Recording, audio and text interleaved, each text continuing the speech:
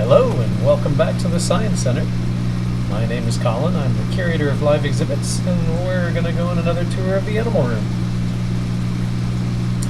Right now we're looking at our African clawed frogs. We have our albino lazily swimming along, going for a breath of air there. Clawed frogs are an aquatic species. They spend their entire lives in the water and have evolved to have several adaptations. They've evolved for life in the water, like their webbed feet.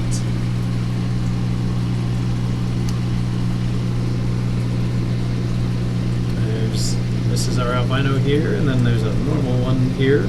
This is what they usually look like.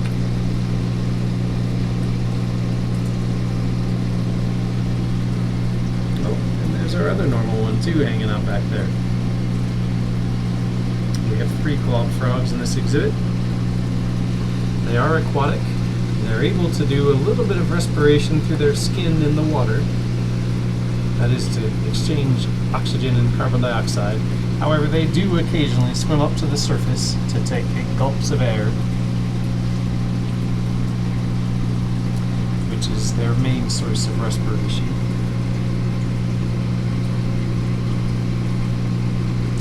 There's a good look at the pattern. They have a neat cryptic pattern to help them camouflage into the mud and muck at the bottom of their waterways they live in. Definitely much easier to see how an animal that looks like this would hide away than an albino that's so bright and easily spotted like this one. This animal would not last long in the wild. Those are our clawed frogs. Let's slide over here. We'll take a quick look at our bicolored dart frog while we're right next to them.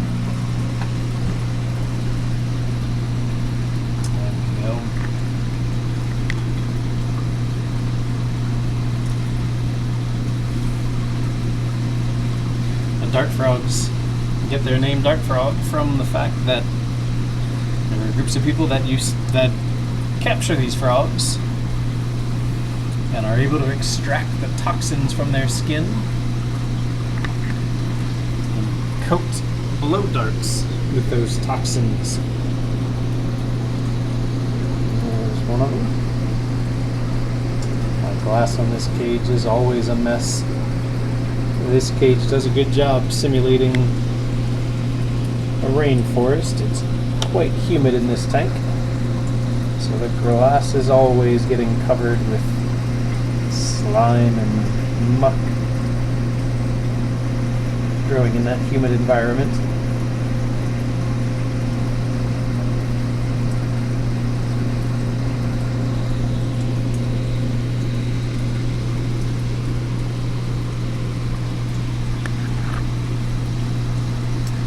So we're having great weather right now because the dart frogs are silent. They're very sensitive to barometric pressure changes. They can feel when a storm is coming, and when they do feel that, they get all excited and start calling like crazy. And it's a good time then for them to lay eggs, when it will be nice and extra moist and wet to keep those eggs from drying out. These dart frogs will lay their eggs. We have this hut in this tank, a little coconut hut right here. You can see into it. Inside of there we have a petri dish with a silk leaf on it. They like to lay their eggs in a protected place like that, where they won't be found by a predator. The male will call to try to entice a female in, and they'll do a little dance together. If she's ready to lay eggs, they'll both hop into the hut, sort of get rear to rear, and the female will lay her eggs, and then the male will fertilize them. The eggs take around a week, a little less, to develop into little tadpoles, and when the tadpoles are ready to hatch, either the male or the female will come back and pick the tadpoles up on their back and carry them off to a little pool of water somewhere. The Fire-Bellied, which the bicolor are part of the genus Fire-Bellied, are some of the few dart frogs that the tadpoles can live communally. So many tadpoles may be all found in the same place. Many dart frogs will be somewhat cannibalistic and will eat each other if they have the chance. And so generally, with most species of dart frogs, just one tadpole is deposited in any little pool of water.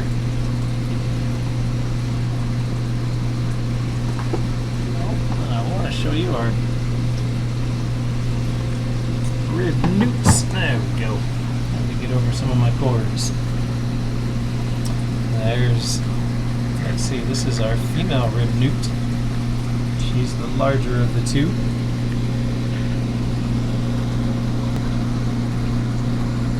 These guys always look funny to me. They have sort of a flattened head.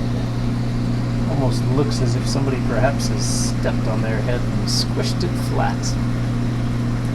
There we go, nice and focused.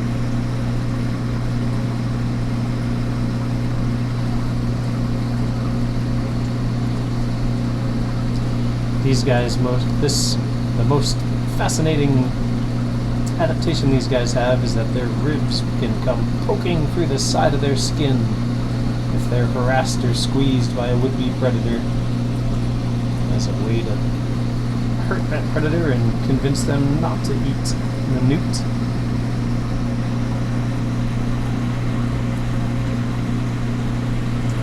Well, they're well in focus for a moment, but seem to have lost it.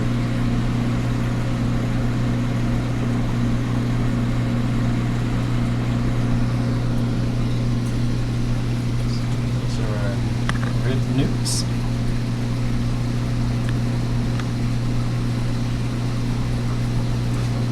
Now I'm going to have to pull you all back through this way. Try to get back over my cords. Go.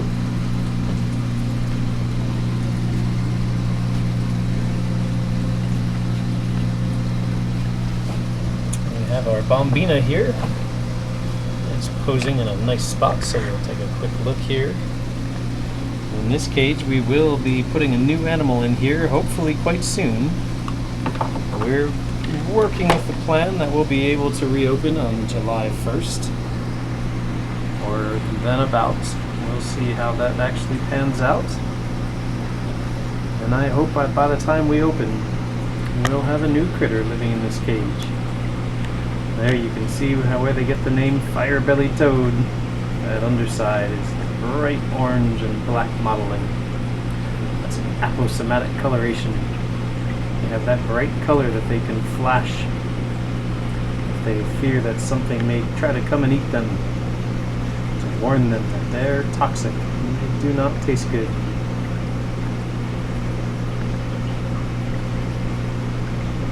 It's our Bombina orientalis. Fire-Bellied Toad.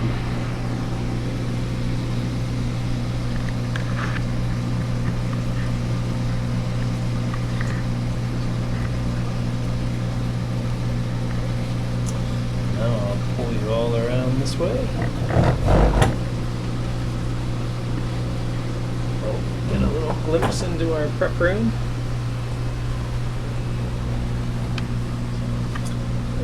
Come say hi to our Axolotls. These are the neotenic salamanders, the salamanders that never grow up. There's a good view of both our normal axolotl as well as an albino. The albino lacking the pigment that the normal animal has. And they're called neotenic salamanders because they have these external gills that all juvenile salamanders have. And yet they never go through a metamorphosis to lose those gills. So they will have their gills their entire life. Let's see if I can get this albino a little better in focus. There we go. Let's take a good look at that animal. All three of our axolotls are animals that were bred here at the Science Center. Their parents used to live here. quite prolific. They laid eggs fairly often. We only reared axolotls the one time, and I did a little better than I should. We ended up with almost 200 babies. And these are the 3 we decided to keep. We have the one normal, and there are 2 different albinos. There's 2 different varieties of albinos. This is a slightly golden one, and the other one is more of a pure white color, or lack of color. There are some axolotls that have a gene. They produce some substance in their body that when you shine a black light on them, their whole body fluoresces green. It seems to radiate from the inside of them. It's a neat trait. But these critters, our animals, do not have that trait.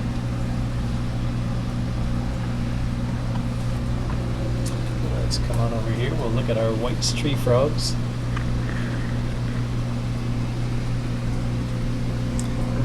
Dumpy tree frogs. There's 2 of them hanging out back here. These guys are nocturnal, so they spend most of their day just kind of hanging, laying low. And of course, they've become well accustomed to getting fed, and the moment we start to open the cage, they get all excited and come hopping up. And they're not shy. They've got no qualms about trying to bite a finger, see if it's edible. Luckily though, like virtually all frogs, they don't really have teeth. They have a bony ridge in their mouth. So a bite from them, while it's a little alarming and surprising, is not painful at all.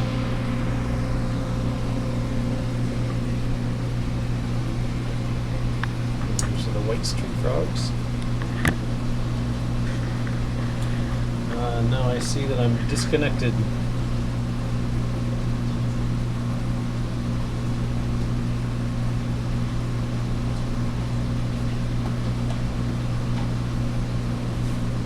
There we go.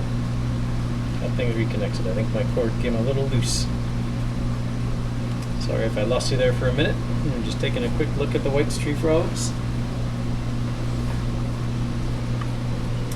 We'll come on down and look at some more of our dart frogs.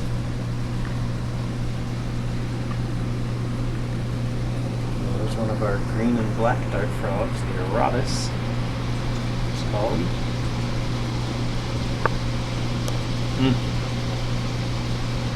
Glad we can't get that one in focus. It's showing off so nicely for us.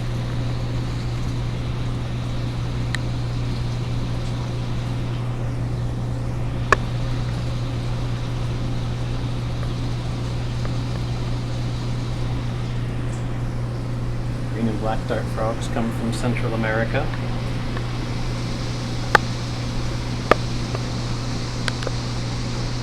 We also feature Bromeliad in this tank, the strawberry dart frogs. We only have 2 of them, and they're really tiny, and they like to hide in the afternoons, so it's rare that we get to see them in the afternoon. I see another green and black dart frog there hiding in that bromeliad leaf, probably trying to catch fruit flies that have fallen into the bromeliad leaf and can't get out.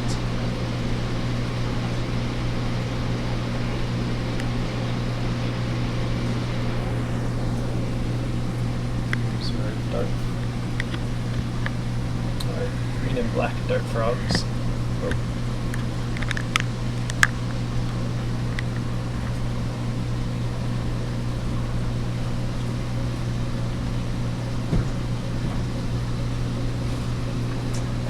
We'll come and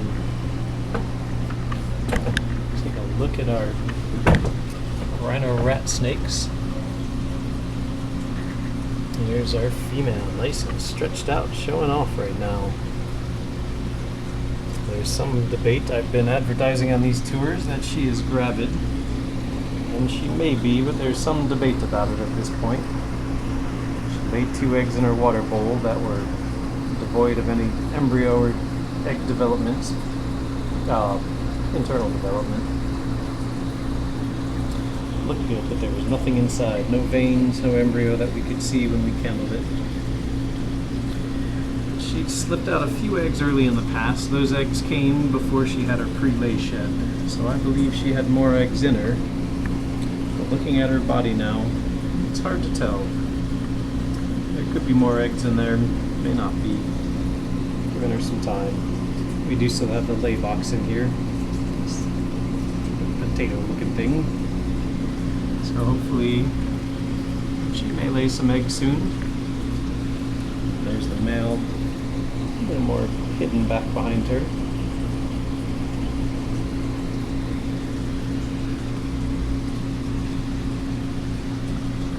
Rat snakes are meat snakes. They have that interesting horn on their snout. No one knows what it's for or why they have it. And now while we're on snakes, we'll turn around and look at one of my favorites. We have the green tree pythons here. This is our female. She was gravid. But she is not any longer.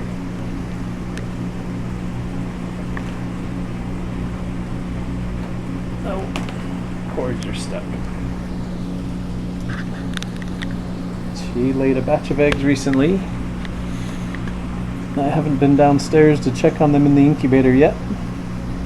But last I saw them on Sunday, they were looking great. Pretty excited about them. Those eggs should be due in mid-July or so. Pretty excited to potentially have some baby green tree pythons. They're really cool little snakes, and we will certainly show those off quite a bit if any of them hatch. They're difficult to get established, but it's well worth the difficulty. Like the rhino rat snakes, these guys go through an ontogenetic color change. That is, the young start off as a different color than the adults. There's our male.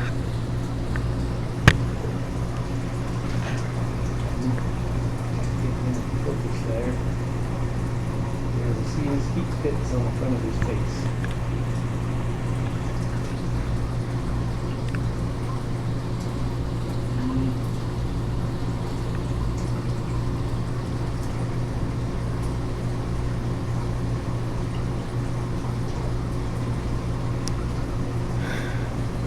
Green tree pythons, and then of course, I'm not sure we'll be able to see this, but on the back wall there, I can't quite make them out, is a tokay gecko. Ah, my cord is stuck. You'll have to give me 1 second and then I get one of my cords unstuck and we'll keep moving on.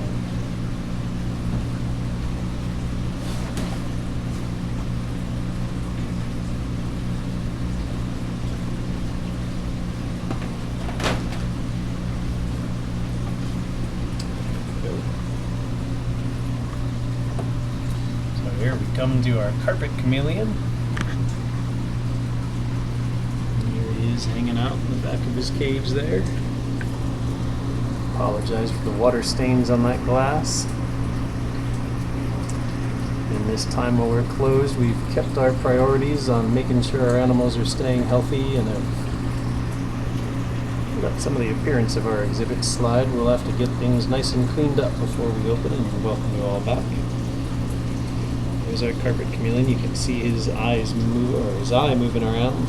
One of the neat adaptations they have are independently moving eyes. So the eye on the other side of the head is swiveling in who knows what direction. They use those two eyes to watch for predators and to look for prey. When they see something they want to eat, they'll focus both eyes in on it and then shoot out a long sticky tongue to catch whatever it is.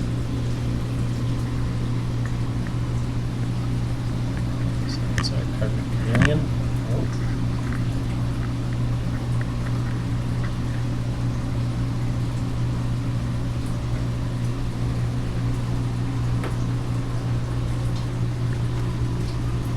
Then we get over to our little Angolan python. This is just a juvenile animal, just a couple years old.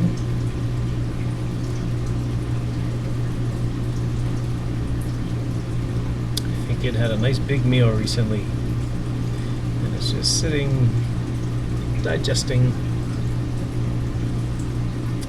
We generally feed our snakes here about every other week.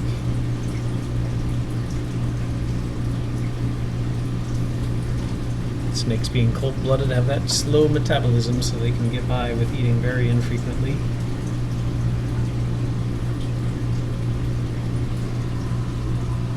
Let's come on into our native room.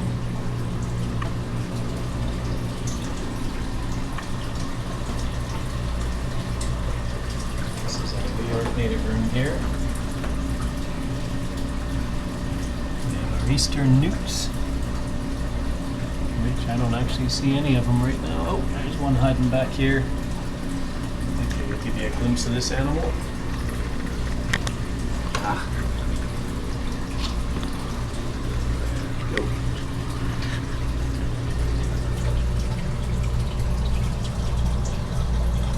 Oh, there's its tail. Big, broad, flat tail to help it swim along.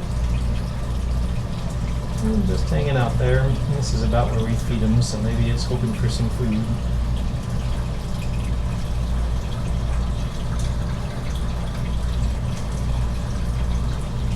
We primarily feed these guys bloodworms.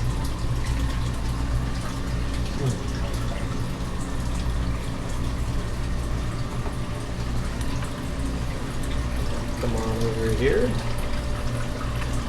Got our spotted salamanders. There's one hanging out in the back there.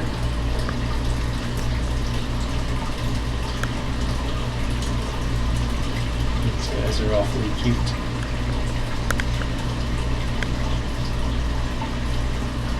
Spotted salamanders are one of the largest salamanders you'll find in this area. If you're lucky to find them, they're usually only able to be found during the breeding season. Swing all around, but look in our stream exhibit. There's our big bullfrog.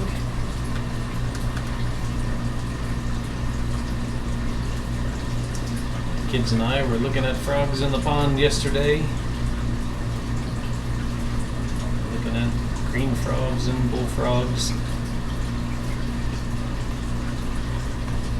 In this exhibit, we maintain a number of UV lights for the turtles' sake primarily.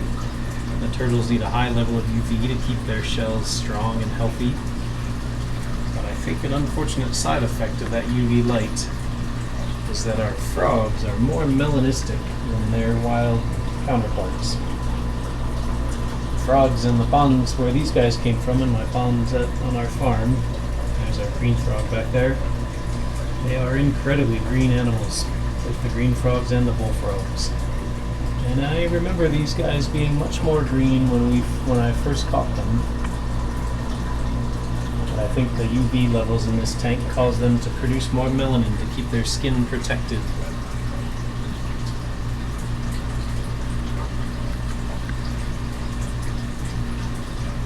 So it doesn't make for the best looking frogs, but it makes for healthy turtles. Turtles, they were... A painted turtle was just swimming around a moment ago, but I don't see it now.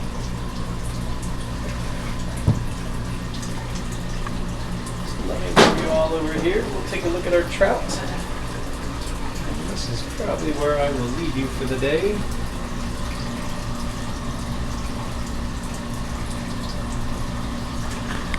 These are our brook trout.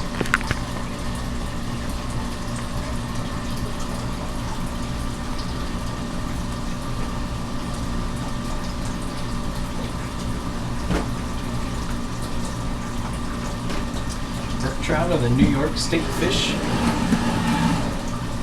They're the only trout that are native to New York. Though at this point, you will find a number of species in our waterways. The DEC regularly releases brook trout and brown trout and rainbow trout into our waters. So we encourage anglers to get out and go fishing for them.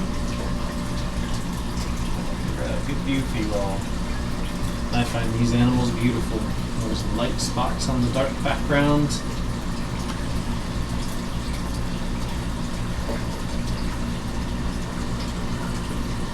And that white leading edge on their lower fins.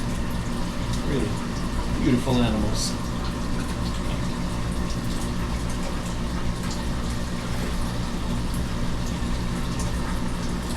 Well, I will leave you here so I can get back to my animal work. I have some water changes to do, and my CO2 tank, our planted tank, is empty, so I need to get that refilled. Thanks for joining me for another tour. Next week, I'll be going down to just doing one tour per week rather than the two. As we get closer to reopening, I'd like to have a little more time to crimp and preen our exhibits. Be able to have things looking the best possible for when we can reopen and welcome guests back into our building again.